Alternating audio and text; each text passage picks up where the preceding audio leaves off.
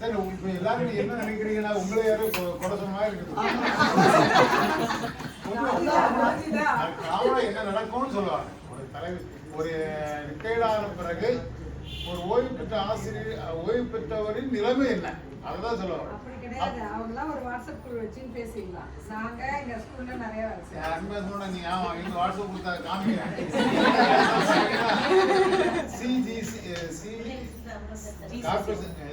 அதுக்கப்புறம் போன் பண்ணா திட்டுறீங்க சார். முதல் திட்டுதான் அதுதான் பயந்து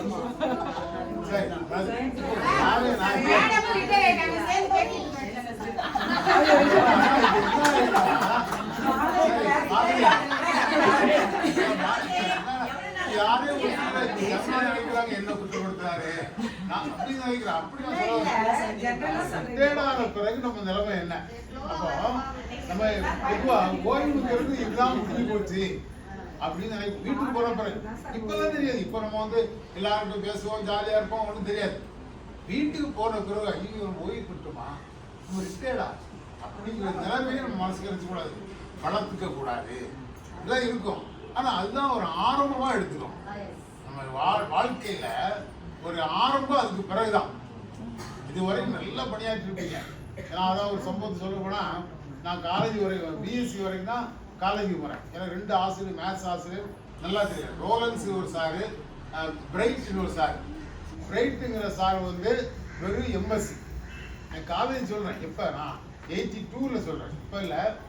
ரோலன்ஸுங்கிற சார் வெறும் எம்எஸ்சி. பிரைட்டுங்கிற சார் எம்எஸ்சி எம்ஃபில். அப்ப என்ன 2 பேருக்குள்ள வித்தியாசம் பாருங்க. இந்த ரோலன்ஸுங்க சாருங்கிற ஒவ்வொரு லைனா எழுதி போட்டுப்போம் எனக்கு சொல்லி தருவார். இந்த ஒவ்வொரு மேத்ஸ் ஒவ்வொரு லைனா எழுதி போடும்போது இதுக்கு அடுத்த ஸ்டெப் இப்படி வரும், இதுக்கு அடுத்த ஸ்டெப் இப்படி வரும்னு சொல்லுவார். ரோலன்ஸுங்க சார் என்ன செய்வார்னா ஃபுல் போர்டு நிரப்பார். ஒரு சம் எடுத்தாக்கி ஆரம்பத்தை எழுத அப்படியே எழுதுவார். எங்களை பார்க்கவே மாட்டார். காலேஜில் எங்களை பார்க்காம சார் போர்டு ஃபுல்லா அப்படியே எழுதுவார். சரி எல்லாம் எழுதிங்க, நாளைக்கு இது 4 சம் போட்டாங்கன்னு சொல்லி என்ன பண்ணுவார். நாம எந்த நிலையில் இருக்கிறோம்? என்னை பொறுத்த மட்டும் என்ன சொல்றேன்னா, நான் முதல் கேட்டகரி ஏன் சொல்றேன்னா, எனக்கே நிறைய டிகிரி கிடையாது, எனக்கு நிறைய படிப்பு கிடையாது. நான் பிஎஸ்சி ஃபெயில் ஆகி தான் பாஸ் பண்ணேன்.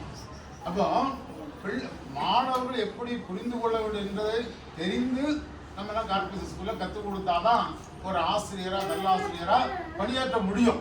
இன்னைக்கு 3 பேரும் பேர் வாங்குறாங்கன்னா, ஏதோ நான் முதல்ல சொன்ன மாடல், 2வது சொன்ன மாடல்ல போர்டு ஃபுல்லா நிரப்புற மாதிரி நிரப்பியிருந்தா கடகடகடனு எந்த பாடமாக அந்த பாடத்தை முடிச்சுக்கிட்டு போயிட்டு இருந்தோம்னா பையன் என்ன செய்ய மாட்டான், உள்படவே மாட்டான் வச்சுக்கலாம். அவனும் என்ன செய்வான், வருவான், உட்காராம போயிட்டு இருப்பான்.